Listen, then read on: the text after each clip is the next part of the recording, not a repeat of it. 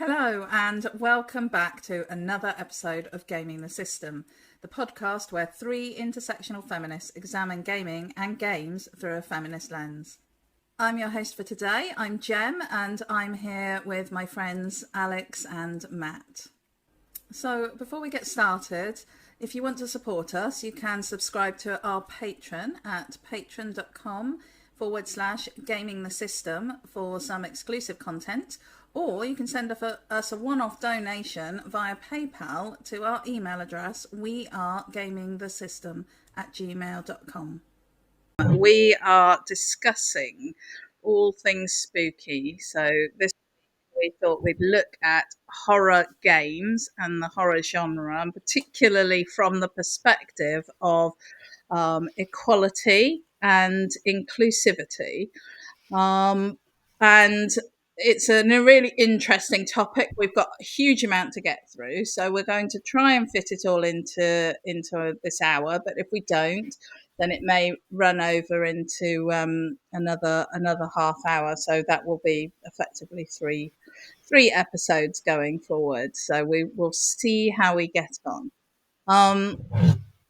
So before we start, I thought we could set the mood, a little bit of a spooky mood, and I thought I was going to ask you, Alex and Matt, if you would regale us with a spooky fireside tale fit for Halloween. Who wants to go first? Who fancies it? Shall I go first? You can go first. Go on then, Matt. Go. You're welcome. First, I'm going to set the ambience a bit.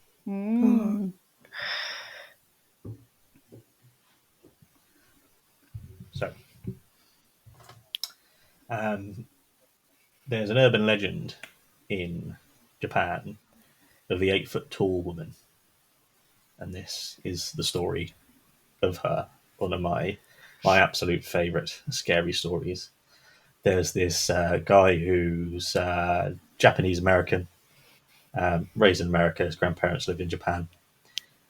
Every year, goes and visits them, loves spending time with them, and he loves playing around in their garden. And one day, when he was about 7, 8 years old, he was over by a hedge, and suddenly he heard in the quiet, "Po, po, po," and he goes, "Oh, where's that coming from?" And he looks up, and he sees a strange woman's head poking over the top of these very, very high hedgerow, and she's looking at him. And hello, and she doesn't say anything, and so he gets up and wanders back inside. And then later on that day, he says to his parents, "Oh, have you seen? There was this strange woman over the hedge." And the grandparents go, "Tell me exactly what you said, what you saw, and what she said. What happened?" And he said, "Well, she just looked over and was going, po, po, po." And they go, "Oh my God, what did you do? Did you say anything to her?" And he goes, "Yes." Just, oh no! Stay in the house. Lock all the windows. Don't open the door unless it's definitely us. And then he gets locked in the room for the night as they desperately go off and try and find things. And he says before he leaves, "She likes you." And they go, "Oh, scary." And they the next day they pack all of them, including a Buddhist priest, into the van. And they drive to the airport, and they see out the window this great big woman thing coming after them. And they drive and drive and drive and drive, and they get to the airport. They get him on the plane. They get him back to America. He's safe. But unfortunately, they say you can never, ever, ever come back to Japan because she'll be there waiting for you. And then years and years pass, and the grandfather dies. And so it's a shame he can't go to his funeral. And then a little while after that, he finds out that his grandmother has terminal cancer and she has only got a few months to live. And she rings him up out of the blue one day and says, "Oh, I really just wish you could come and see me one last time." And he goes, but what about the 8-foot-tall woman? You said never to to come back again. And then there's a long pause, and then he hears on the other end of the line, "Po, po, po." Oh my god! And that story is fucking burned into my brain because it's so horrifying, and that's an abridged version of it. But I in preparation for this, I tried listening to the podcast that I heard it on again, and I could only get halfway through because it is just a perfect little story. So this is a perfect opportunity for me to be brave to confront it again. Shall I go with my one, Alex? And then Yeah, you can go for it. Yeah. Go for Okay. So, I couldn't remember. I'm so bad at remembering stories, and I couldn't remember anything. So I went hunting around on the internet, as you do, and I found this story, which is called First Girls, and it's written by Jessica Luke Garcia, and was published in February this year. On the Nightmare magazine website. So if you're interested, go have a look. There's lots of scary stories and things there. But I felt like it was appropriate for today's conversation. So let me just do it so I can actually see you guys. So we are the sluts who writhe beneath jockish hips in the woods, nails clawing, tongues heavy. We're only the beginning, the motion picture reel, unreeling. Our heads will roll before the credits do. We won't make it to the end. We never anticipate the danger. What danger? There was never danger before there was us. We're not like you, final girl, with your virgin's caution and instinct to survive. We're not survivors, though we might have liked to be.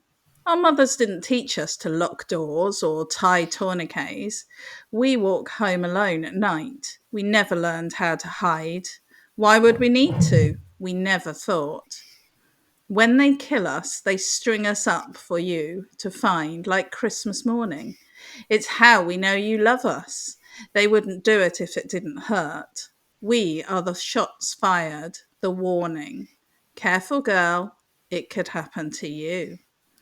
This is our cosmic dichotomy. These are our roles. You will live through this. We always die first. We are horny. We are so horny. Even from the grave, we're hot for it, ready. We know all the tricks. We read them in Cosmo. Altoids and pop rocks and thumbs at the centres of our clenched fists. We giggle, twine fingers, lift shirts and flash tits. We flirt with the slasher. We seal the deal with death. The boys who perish with us have the worst of it. They were raised on free pornography. No football scholarships for them now. Forever 18.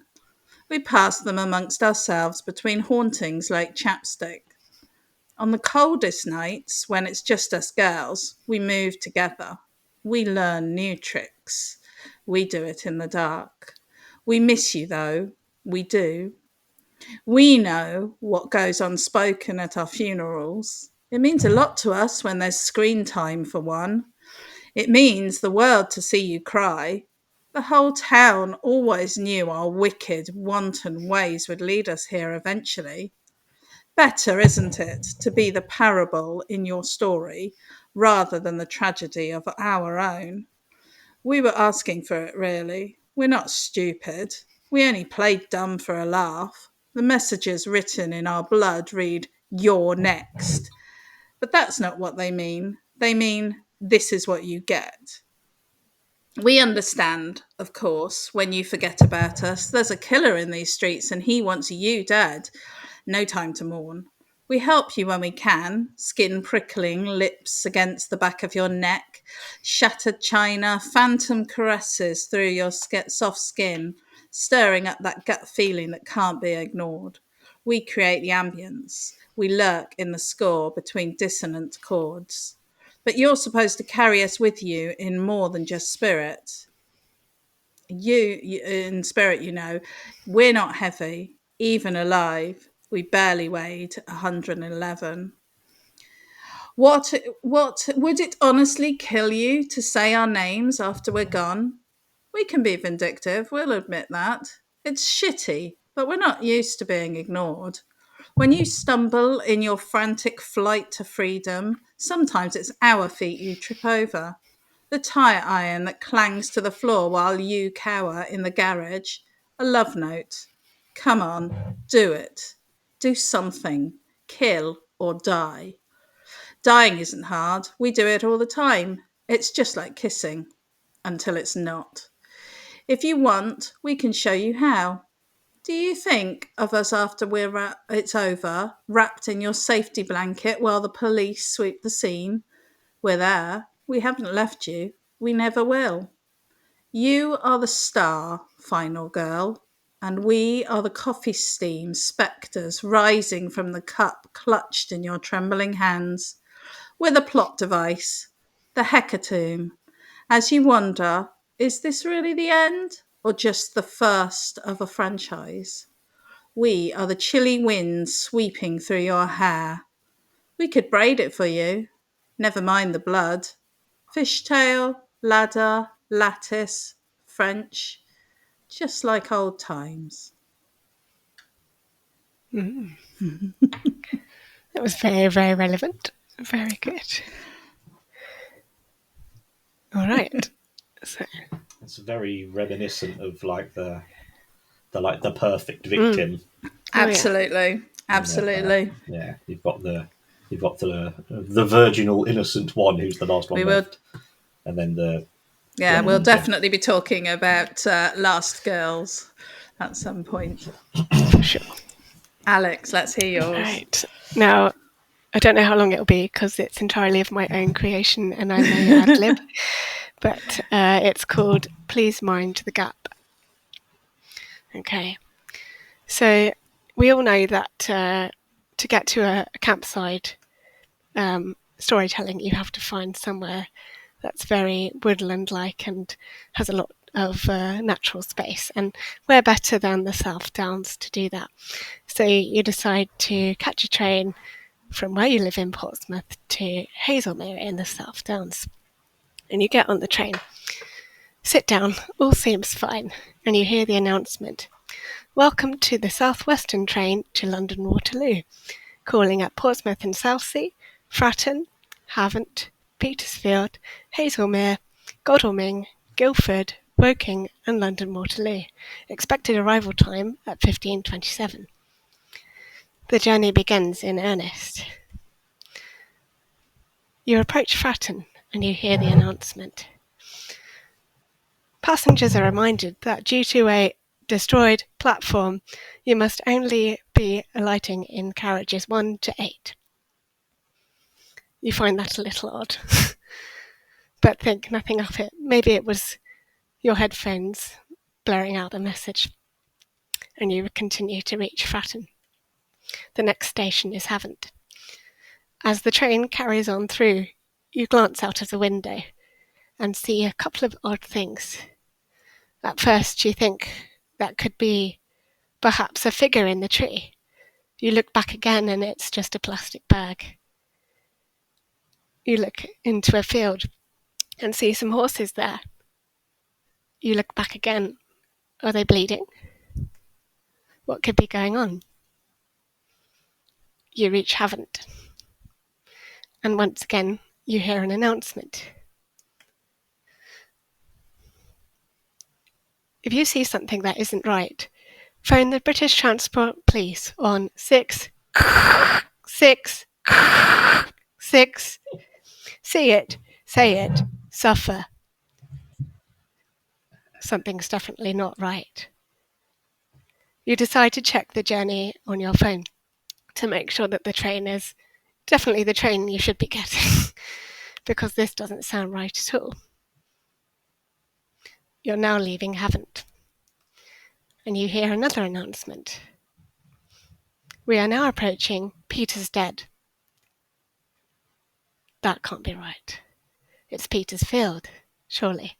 But all you can see running along the announcement screen is Peter's Dead in capital letters, over and over and over. You check your phone again to make sure you're definitely on the right train and wonder if you ought to call somebody. As you look up from the window, all you can see is blackness. Pitch blackness, as if you're in a tunnel. Surely it will pass, and you'll come out to the fields again. But as the minutes tick by, the pitch blackness continues, and you hear yet another announcement from this odd train. We are now approaching Helslemere. Please mind the gap when you get off the train, and take all your personal belongings with you. Everything starts to turn a little more red. You feel like you really need to get off the train, and suddenly the doors whoosh open, and you're met with a hot fire. You hear it again. Please mind the gap when you leave the train, between the train and the pit. Welcome to hell. You take a leap, falling straight into hell. Ta-da. That is it. But yes, I thought that would be a little fun one. Oh, sorry, You're Jim, you're muted, Gemma. muted. I was just saying very positive things. I was just saying that was really amazing, and for somebody who's generally stays away from scary things, that was quite terrifying. I took a lot of inspiration from like things like Doctor Who and the kind of psychological horror episodes that they have, where you've got like normal things and then something goes a bit wrong with them, and I find that quite thrilling, actually. It is terrifying, but yeah, that's an aspect of horror that I could probably that would maybe be my entry point, I think, if I was going to play more of those types of games. It's the most. Well, I'm sure we'll come onto it, but that's the most interesting kind of horror. Something it's horrifying rather than just a jump scare or a spooky face or something like that. Yeah. So actually, that leads us really nicely on to the first question, which is about what do you look for in a horror game? What do you look for in your horror? I mean, we can move between, I think, film and stories and games a little bit here, to be flexible, but obviously I want our focus to be about gaming. So what do you look for in your horror games? I'm not a particularly horror-y person, but one of my game ideas for one of the games that I want to make is a World War One horror game, and it being about basically you get trapped in this haunted bunker, and you're going through it, experiencing each level is sort of an element of horror from World War One, like gassing and horses being the torment of horses, and wounds and fire and all that kind of stuff.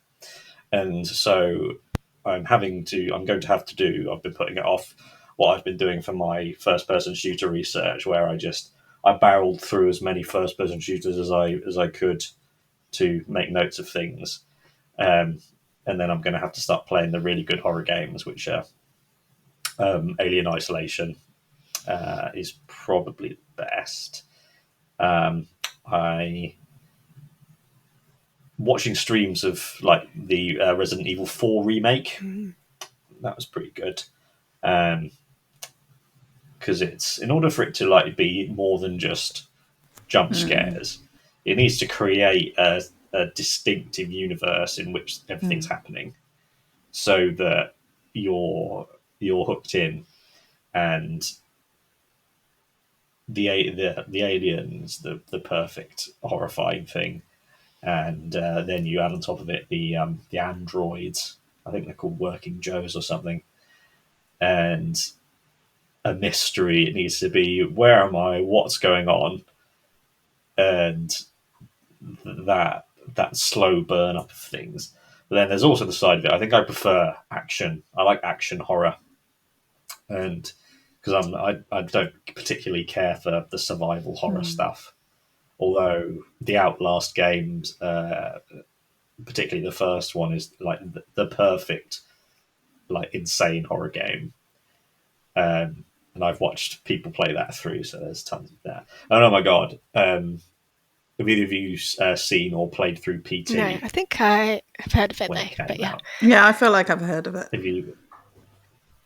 So it must have been 10 years ago. No, not 10 years ago. It was between. So this is a clue. It was between Metal Gear Solid 5, which I think was 2015, and Death Stranding, which was 2020. wasn't it like a demo of something in Death Stranding, or is that? Yeah, it was close. It was so PT stands for playable trailer. Okay. And it's a corridor. It's an L-shaped corridor, not an L shape. You walk ahead, you turn right. It's a corner corridor, and you just walk through it over and over again, and things keep on changing, and things keep on getting more and more unsettling. And it's just a corridor. They managed to capture the soul of what horror should be in this little corner. And it turns out that it was a demo for Silent Hill that Hideo Kojima was making. And the end of it is you get out of the house, and then the camera pans out, and it's Norman Reedus, Daryl from The Walking Dead, and everyone goes, "Oh my god!" Silent Hill, made by Hideo Kojima, and that is it. It hasn't got better than that. I've never seen anything that terrifying. So that's It feels like it's peaked, and it's sort of there hasn't really been anything to match it. I think there's that, the uncanny is one of the scariest things for me. I think the idea that something is just different, that it could be normal, but something is just off. I want to say, like, when you've got like scary people climbing on the ceiling, but I think that's quite a lot off. there's quite a lot between that and normal, isn't there? But those kind of things, like somebody's just walking funny or moves funny.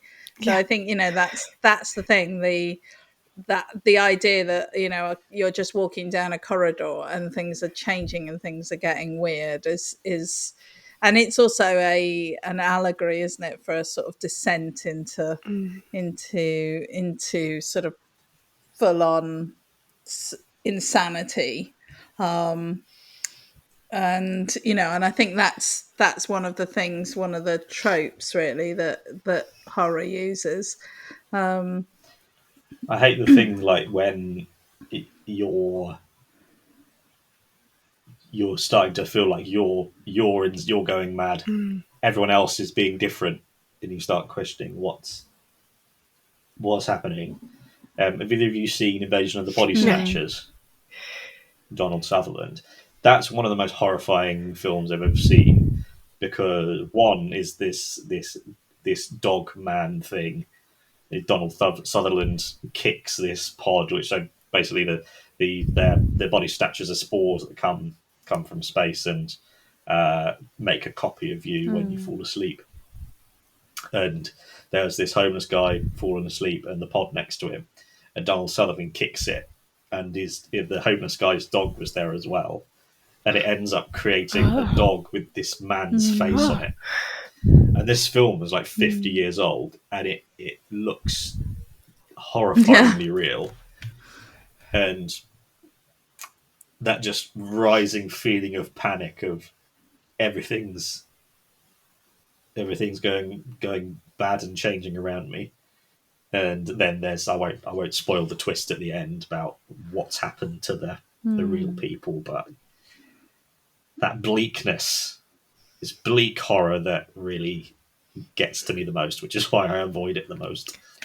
Yeah, I think for me, for the games that I've played that have had horror elements to them, I like to have some kind of mystery that you're solving that drives the protagonist forward through the fear and through the horror, because that's what I want to find out. And if I can focus much on that, on getting to know the answer to the mystery and solving it, or like the answer to the questions that the game poses or the story poses, or that if I get a story that really reels me in, that's what's going to get me through the horror, essentially. I think of things, one of the earliest ones, probably, I think Tomb Raider's got a lot of supernatural horror elements to it, particularly in the more modern ones. But there's also the most terrifying I've ever been playing a game is in the first Uncharted. I don't know if either of you have played. I have played it, yeah. You have to go in the submarine, and you have to go and do the generators, and there's all the zombie creatures, and you have to go through all the dark corridors. And it was horrible. Yeah. I actually started singing to myself just to like get myself to like it's lighten okay. it. And I turned fine. I like turned down all the music and stuff. And also, actually, LA Noire had a really scary bit that was in some sewers. That was all dark, and you had to shoot somebody in the sewers, and they were like coming around the corners. Things with corners are really horrible. Corners are horrible generally, but yeah, I always like to have some story that I can get really invested in. That really helps me push through. Not anything like really sort of surface level, like jump scares or anything like that. That doesn't really appeal to me. You know, things like Five Nights at Freddy's, although apparently there is, I don't know the plot of that one, so, but I've given to understand that it's pretty basic. It's just lots of jump scares. But yeah, I like to have a meaty story. So. Yeah, no, I think that's absolutely right. And one of the things that I've always been frustrated with sort of scary movies, scary games is that the stories are usually so rubbish, and you get to the end of it and you're kind of like, oh. I watched a really scary film one time, and it ended with the collapse of this block of flats as a result of this thing. And I couldn't help but walk away from it thinking, well, how are they going to explain this? Who's going to pay for this? Yeah. You know, so much of it just doesn't make, there's so many plot holes in too many horrors. And I think, you know, like Matt was saying about some of the older horrors are actually the scariest because and I do have a theory about this, because one of my I haven't rewatched it, and maybe I should, but one of the most scary movies that I ever watched is called The Tingler. And it was a story about, I know it sounds awful, and it was one of these late night movies that was on satellite TV when satellite TV was relatively new. And it was clearly like an old movie. It was in black and white, and it was about a creature that would basically go into your spine and it was sort of scare you to death effectively in the end. But it sat on your spine, so you didn't know it was there, but you got that shiver down the back of your spine, that feeling, and that was what it was kind of like based on. And it was terrifying, and the special effects were utterly crap. You know, it had none of that, but it had a really good story because they couldn't rely on the special effects. And I do think that these days the story has gone out of many horrors because they're just relying on the jump scares and the gore. And I think games are, you know, very easily fall victim to that because they can kind of justify it with like, well, we need the players to have something to do, and the thing to do is to, you know, kill things. So, you know, it's getting that balance, isn't it, between having an involving engaging storyline and having the ability to actually change the environment and impact on the storyline. For me, yeah, having that storyline is really important.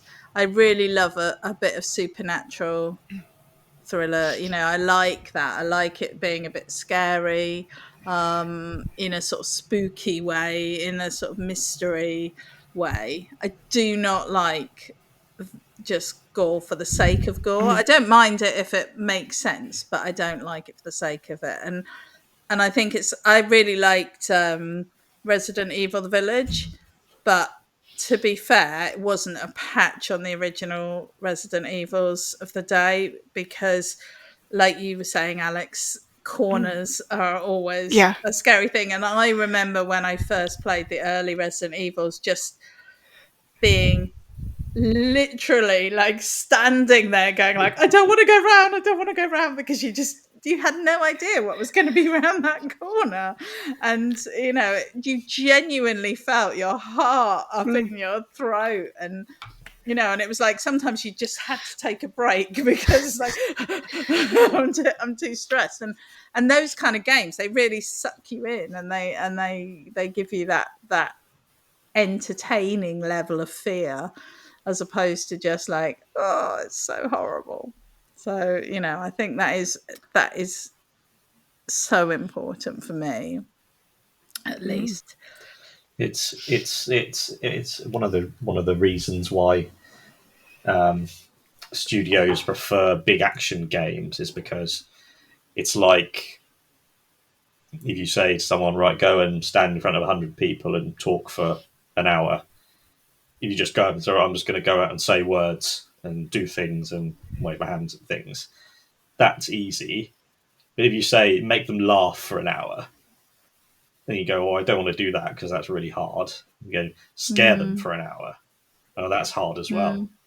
And that's why it's games like I thought Resident Evil Biohazard was a masterpiece. They hit that perfectly in that thing between survival horror and action horror. And then Resident Evil 8, they sort of it felt like they just went, we don't know how to scare people. We're scared of trying to work out how to scare people. So we're just going to make it an action game with a massive vampire woman. And that Tingler makes me think of, there's a theme of anything that screws with your body in horror, because that's what the Alien does, and it's what the Tingler does, and it's what the Body Snatchers do, and it's something that turns you into something grotesque and horrifying. The concept of losing yourself, because my core of things is I think therefore I am, and what if that is being twisted away, or stolen, which I think is one of the sort of core things of the sort of demon storylines and things like that. That's all about possession and being taken over by someone else and being subsumed